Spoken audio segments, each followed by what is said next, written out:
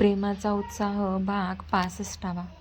नकुल हळूच देवांशच्या कानाजवळ जाऊन पुटपुटला. जेव्हा त्याच्या आयुष्यात शिवांगीने एंट्री केली, डोळे मिचकावत देवांश नकुलकडे पाहत म्हणाला. तसा नकुल हसला. तो पुन्हा पहिल्यासारखा झाला. हेच खूप आहे, नाहीतर मधले 2 वर्ष कसे गेले होते हे आपल्यालाच माहिती आहे. मी जरी इथे नव्हतो, पण त्याची खडानखडा माहिती होती मला. अनायाचाही बदला घ्यायचा आहे. तिने जो अपमान आपल्या धैर्याचा केला होता ना, तोच अपमान तिचा करायचा आहे. प्रेम होतं म्हणे, देवांश चिडून म्हणाला. देवांश, तिला प्रेम कसं करतात ते तरी माहीत होतं का? नकुल म्हणाला. सगळे राहू केतू आहेत, आपल्याच कुंडलीत आहेत. बघ ना, अशा वेळी सगळ्या वाईट लोकांचे केलेले कांड आठवत आहेत. अनायाची चांगलीच वाट लावले.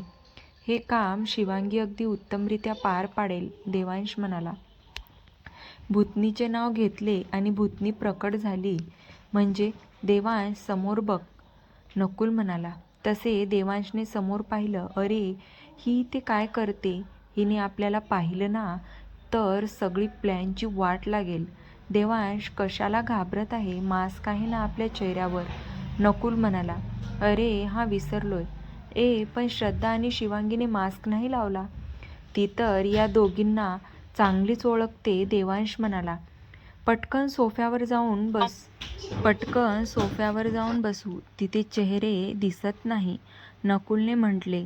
देवांशने कुणाला काही कळायच्या आत श्रद्धाचा हात पकडून तिला स्वतःकडे ओढले. तशी ती त्याच्या छातीवर जाऊन आदळली. आऊच! देवांश, श्रद्धाने नाक चोळत त्याच्या चेहऱ्याकडे पाहिलं.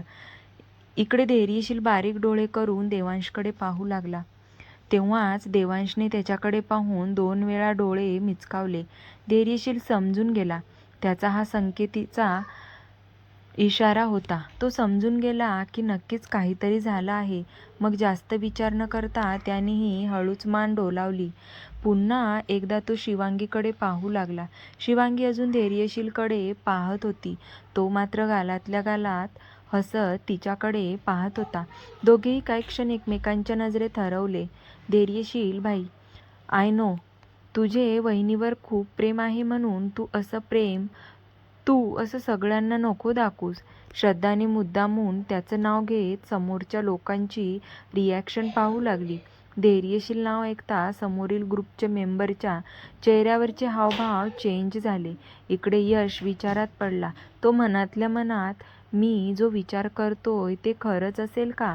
पण एकाच नावाची कितीतरी लोक असतील, पण आवाज तर ऐकल्यासारखा वाटत आहे. यश त्याच्याच विचारात हरवला होता. यश, चल आपण एन्जॉय करू. आधीच इथे वेळ गेला. आपण एन्जॉय करायला आलो आहोत, तर एन्जॉय करू. एक नजर शिवांगीकडे टाकत समर म्हणाला.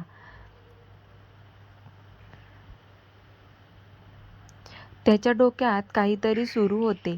शिवांगी नाव कुठेतरी ऐकल्यासारखे वाटत होते, पण कुठे लक्षात येत नव्हतं. समरची शिवांगी वर नजर असलेली पाहून धैर्यशील समरकडे रागाने पाहत होता. नजर दुसरीकडे वळव, समर रॉय. धैर्यशीलच्या आवाजात जरब होती. त्याच्या आवाजात एक धाक होता. त्याच्या आवाजाने समर, यश घाबरून गेले होते. त्याचीही एक नजर काही होती. समोरच्याला गार व्हायला.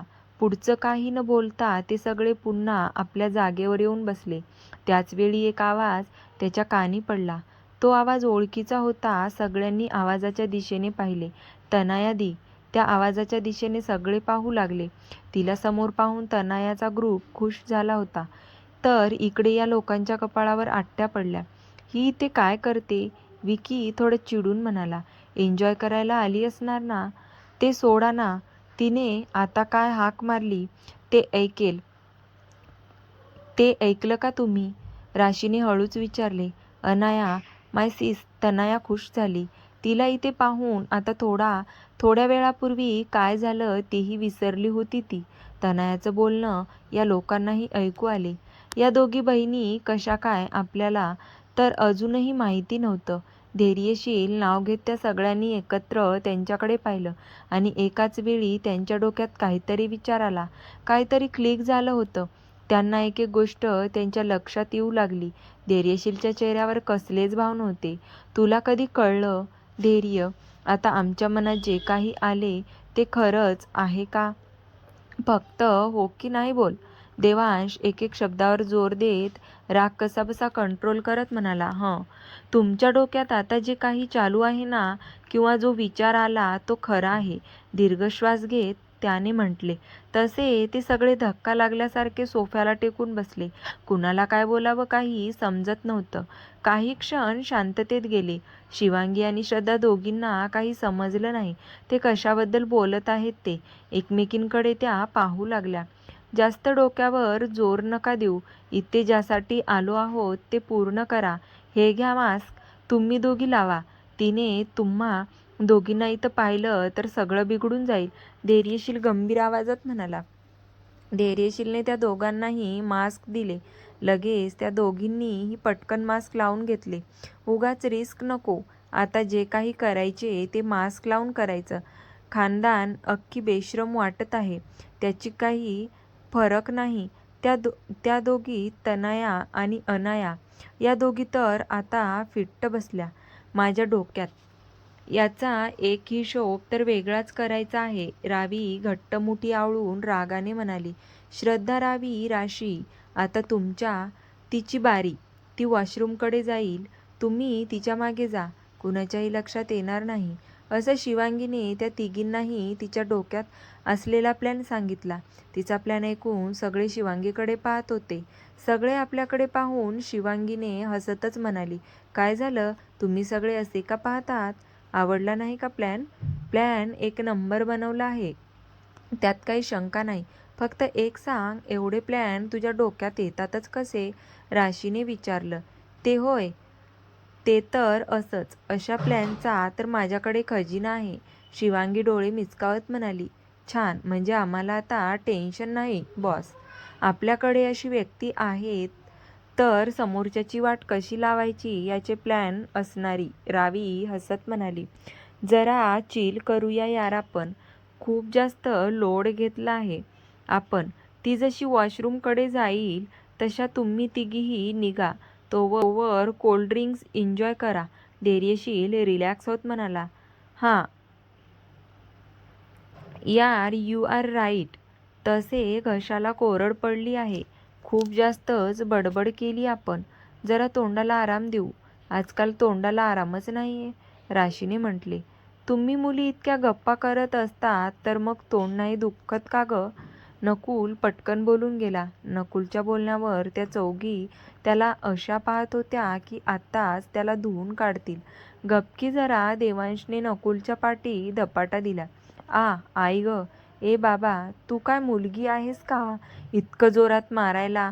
मी त्यांना बोललो ना. तू का मारलास? नकुल पाठचोळत म्हणाला. नकुल दातोट खात देवांशने त्याच्याकडे पाहिलं. मारू नको तर काय करू? कशाला उकसवत आहे? ते लोक राहिले बाजूला, आपल्यालाच मार खावा लागेल त्या चौघींचा. देवांश काहीसा वैतागत म्हणाला. बारीक चेहरा करून तो विकी आणि धैर्यशीलकडे पाहू लागला. त्याचा चेहरा पाहून धैर्यशील लगेच म्हणाला. बरोबर बोलत आहे देवांश. नकुलने चुपचाप बसला.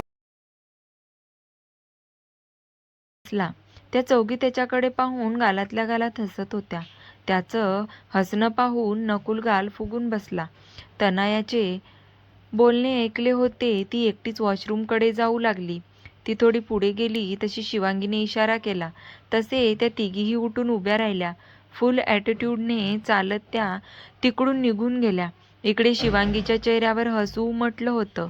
साधंसुद्धा नव्हतंच ते हसू, कुणाची तरी बरबादी घेऊन येणारं होतं हसू ते. काही क्षण तर धैर्यशील तर तिचं हसू पाहून विचारात हरवला होता. भाग 66. ए यार, आपल्याला नाही बघायला मिळणार पुढचा शो. लेडीज वॉशरूम आहे. हा तर मुख्य ड्रामा बघायला नाही भेटणार, नकुल बारीक तोंड करून म्हणाला. त्याचं बोलणं ऐकून शिवांगी गालात हसत होती. तू का हसत आहेस? त्या तनयाची धुलाई होताना पाहायचं होतं ते. तर मिस झालं. नकुल बारीक डोळे करून म्हणाला. कोण म्हणालं? तनयाची धुलाई आपण मिस करणार? शिवांगी नकुलकडे पाहत म्हणाली. बोलताना शिवांगीच्या चेहऱ्यावर खेळकर हसू होतं. म्हणजे समजलं नाही आम्हाला, विकी म्हणाला. Tick tick 1, tick tick 2, at tick tick 3. शिवांगीने मोबाईल समोर पकडला होता. मोबाईलचा व्हॉल्यूम ऑफ ठेवला होता. समोर लाईव्ह सुरू होतं. त्या तनयाचा चेहरा पाहून डोक्यात तिडीक जाते. देवांश चिडून म्हणाला. ते पाहून तर नकुल खुश झाला. वा, मानलं पाहिजे शिवांगी तुला. धैर्यशीलपेक्षाही तुझे प्लॅन फास्ट असतात. हे बघा तरी. शिवांगीने त्यांना मोबाईलमध्ये बघायला सांगितलं. तसे त्या चौघांच्या नजरा शिवांगीच्या मोबाईलवर खिळल्या. प्लॅननुसार सगळं चालू होतं. पहिले तनया वॉशरूमच्या आत गेली. ती गेल्यावर 10 सेकंदाने त्या तिघी आत गेल्या. बाहेर एक लेडी गार्ड उभी होती. तनया आरशात पाहून बडबड करत ड्रेसवर जिथे ड्रिंक्स आणली होती तिथे पाणी लावून ते पुसून काढण्याचा प्रयत्न करत होती. पण ते डाग असे इझिली जाणार नव्हते. त्या तिघीही आत आल्या. आत आल्यावर राशीने वॉशरूमचा दरवाजा लावून कडी घातली. तनया पाटील, कशी आहेस? श्रद्धाने तिचं पूर्ण नाव घेतलं होतं. अचानक कुणीतरी आपलं पूर्ण नाव घेतलं म्हणून तिने मागे वळली तर तिला 3 मुली दरवाजाला टेकून उभ्या दिसल्या. त्या तिघीही हाताची घडी घातली होती. त्या तिच्याकडे पाहत होत्या. पण तिला मात्र यांचे चेहरे दिसले नाही. मास्क घातला होता ना. Who are you? कोण आहेस तू? आणि माझं पूर्ण नाव कसं काय माहिती आहे तुला? तनयाने थोडं चिडून विचारलं. कपाळावर आट्या पडल्या होत्या. इतके काय घाई आहे? सगळं समजेल. त्याआधी एका प्रश्नाचं उत्तर दे. श्रद्धाने तिच्याकडे पाहत म्हणाली. मी तुला कुठल्याच प्रश्नाचं उत्तर द्यायला बंदिस्त नाहीये, कळलं? तनया रागातच म्हणाली. ओ, रिअली? तुला वाटतं का आज तू या वॉशरूममधून बाहेर पडशील? श्रद्धाने एक भुवई उंचावत विचारलं. काय करणार आहात तुम्ही? मी कोण आहे हे तुम्हाला माहीत नाही, सो लांब राहायचं माझ्यापासून. तनया त्यांना धमकीच्या सुरात म्हणाली. श्रद्धाने रावी आणि राशीला इशारा केला. तसे त्या दोघी पुढे आल्या. त्या दोघींना असं पुढे येताना पाहून तनया एक पाऊल मागे झाली. तशी ती बेसिनला जाऊन टेकली. तेवढ्यात त्या दोघीही तिच्यासमोर येऊन थांबल्या. तिला काही कळायच्या आत रावी आणि राशीने सनसनीत चापट दिल्या. बिचारीचे दोन्ही गाल लाल झाले होते. तनया शॉक झाली. अचानकपणे कोणीतरी येऊन आपल्याला मारेल ही कल्पना तिने केलीच नव्हती. रावी थोडं झुकत हळूच तिच्या कानाजवळ जाऊन म्हणाली. ही चापट नीट लक्षात ठेव तनया पाटील. 7 वर्षापूर्वी तू जे कृत्य केलं होतं ना, त्याची शिक्षा तुला हळूहळू मिळेलच. आठवत आहे ना दक्ष खुराना केस? सुसाईड केलं होतं, खोटा आरोप केला होता बलात्काराचा. राशीचे बोलणे ऐकून तनयाचा चेहरा पांढरा फटक पडला. कपाळावर घामाच्या धारा वाहू लागल्या. ती थोडी थरथरायला लागली होती. इतक्या वर्षांनी ते नाव ऐकलं होतं. जर का त्या केसमागचं सत्य बाहेर आलं तर तनयाच्या मनात आलेला विचार तिलाच भीतीदायक वाटत होता. काय झालं? राशीने थोडं मोठ्या आवाजात विचारलं. तशी तनया घाबरली. कोण आहात तुम्ही? अडखळत तनयाने विचारलं. घाबरली तू? एवढी की तिला बोलताच येत नव्हतं. कळेल लवकरच. आज इतकंच पुरे. बाय बाय, रावीने म्हटले आणि त्या तिघीही एकमेकांना इशारा केला. श्रद्धाने इकडे तिकडे पाहिलं. रावी आणि राशी पटकन वॉशरूममधून बाहेर पडल्या. श्रद्धाही पटकन बाहेर पडली, पण जाताना तिने वॉशरूममधला लाईट बंद केला आणि बाहेरून दरवाजा बंद केला. इकडे तनया पूर्णपणे घाबरून गेली होती. ती दरवाजात येईल तोपर्यंत श्रद्धाने दरवाजा बंद केला होता. रावीने त्या लेडी गार्डला या 15 मिनिटे इथे कुणालाच आत जाऊ देऊ नको म्हणून सांगितलं. बरोबर 15 मिनिटांनी हा दरवाजा उघडायला सांगितला. मोबाईलमध्ये पाहणारे ते चौघे एकदा मोबाईल तर एकदा शिवांगीच्या चेहऱ्याकडे पाहत होते. शिवांगीने त्यांना स्वतःकडे असं पाहिल्यावर भुवया उंचावत विचारलं, काय झालं, असे का पाहतात? आपले चरण कुठे आहेत माते? नकुल म्हणाला. शिवांगीने एक पाय पुढे करत म्हणाली, हे बघ बालका, हे आमचे चरण. धन्य आहात माते तुम्ही. तुमची लीला खरंच भयंकररीत्या आहे. तुमचे चरण स्पर्श करतो हा बालक. नकुल खाली वाकण्याची ॲक्टिंग करत म्हणाला. तसे ते तिघेही त्या दोघांची नौटंकी पाहून पोटभर हसले. तेवढ्यात समोरून त्या तिघीही येताना दिसल्या. अगदी स्टाईलमध्ये चालत येत होत्या. चेहऱ्यावर हसू होतं. असं वाटत होतं की कुठली तरी मोहीम फत्ते करून आल्या होत्या. सोफ्यावर बसल्यावर आधी गटागटा पाणी पिले. एकदम रिलॅक्समध्ये बसल्या. समोरील ग्रुपमधले सगळेजण आपल्या आपल्या मोबाईलमध्ये व्यस्त होते. तनया यायची वाट पाहत होते. आपण सगळे इथे का बसलो आहोत? चला ना डान्स करूया. शिवांगी, नको जा तुम्ही का? देवांश म्हणाला. अरे पण रावी ऐक ना जरा, समजून घ्या. तुम्ही करा ना एन्जॉय. आम्ही आहोत इथेच. पर्सनल बोलत बसतो. बॉईज स्पेशल गप्पा. देवांश म्हणाला. ओके गाईज, तुम्ही तुमचं एन्जॉय करा, आम्ही आमचं. चल ग शिव. श्रद्धा, राशी, रावीने म्हटलं. हो चल, तिघीही म्हणाल्या. इकडे वॉशरूममध्ये तनया दरवाजा उघडा म्हणून ओरडत होती. पण दरवाजा काही उघडला गेला नाही. अंधाराला घाबरली होती ती. ओ शिट, मी मोबाईलही आणला नाही. तनया स्वतःवर चिडली होती. इकडे या चौघी डान्स एन्जॉय करत होत्या. 10 मिनिटांनी त्याही मग सोफ्यावर येऊन बसल्या.